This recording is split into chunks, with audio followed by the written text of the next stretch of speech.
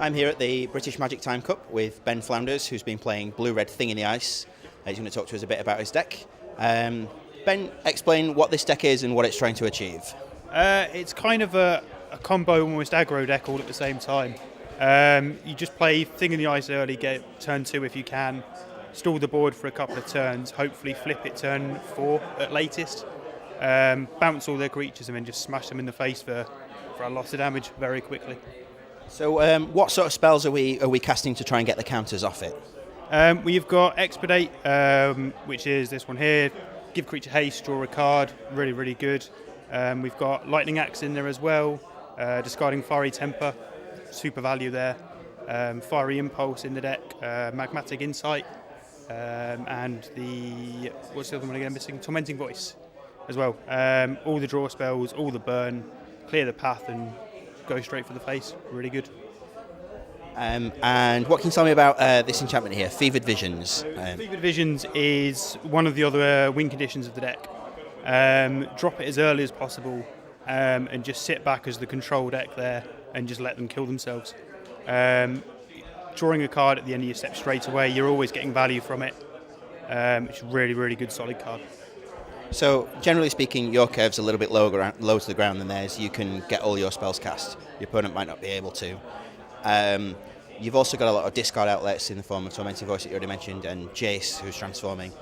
So that's sort of the lower end of the curve. What have we got at the top end? What do you do if you draw more of your lands, if you've got a bit more mana available? The more lands you draw, you've got Goblin Dark Dwellers to flash back your earlier spells as well, and then to finish off with Chandra there as well, just as a final beat stick and the nail in the coffin.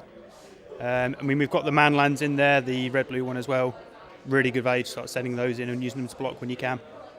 Okay, and aside from Thing in the Ice, who is obviously the creature that you want to do most of your attacking with, what else were you able to attack with and get damage through?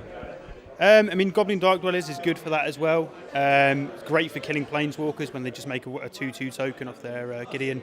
That's really, really useful. You just kill it straight away. They're left with a 2/2, they feel a bit sad. But you've got the burn as well. You can go either straight for the face with it or remove a few creatures out of the way. The only other creature it plays really is Jace, but that's obviously, you're never setting a Jace in for 0. That's just suited. What can you tell me about the sideboard? What's in there? The sideboard's got 4 negates against the Planeswalkers, seeing as they're ever present these days, that you need the 4 negates there. A few more counterspells, some Dragon Outcasts, just for the control matchups. So you can sit there, bring one of those down late game, counter their removal, win with 5/5 dragons. Seems like the solid plan. And when you've been playing the deck, what sort of matchups do you find are good for you and what matchups are bad for you? What decks are we good or bad against in the format? Playing against the control matchup is the harder one. They tend to have more removal and a few more counter spells than you do. Most of your cards are down to draw spells or burn spells, which aren't that great against them. So you preferably want the creature matchups. It tends to do well against the Bant decks. They tend to be a bit too slow. They can't deal with the Thing in the Ice as easy if they don't play as much removal. That's pretty much the main ones. I've not played the mirror yet, though, so I'm not sure how that works. One of my favourite interactions is flipping Thing in the Ice, picking up your own Goblin Dark Dwellers, replaying it and getting even more value out of it. Is there anything else unusual or funny that you've spotted while you're playing the deck that's quite fun to execute? Playing a turn 3 Jace and then play an Expedite on it in their end step when they try and kill it. Give it haste, draw a card off the Expedite anyway, then draw in discard off the Jace, flip the Jace. Super value there. Really, really good. Happy with the deck? Anything that you'd like to change if you were to play it again? We trialled it with only 20 land today. It definitely needs at least one more. Probably try it with 22 next time, see how that plays, see if we get flooded a bit too much and then maybe drop to 21. But it definitely needs 1 or 2 more lands in it. Anything else you can tell us about the deck? It's just a nice solid value deck.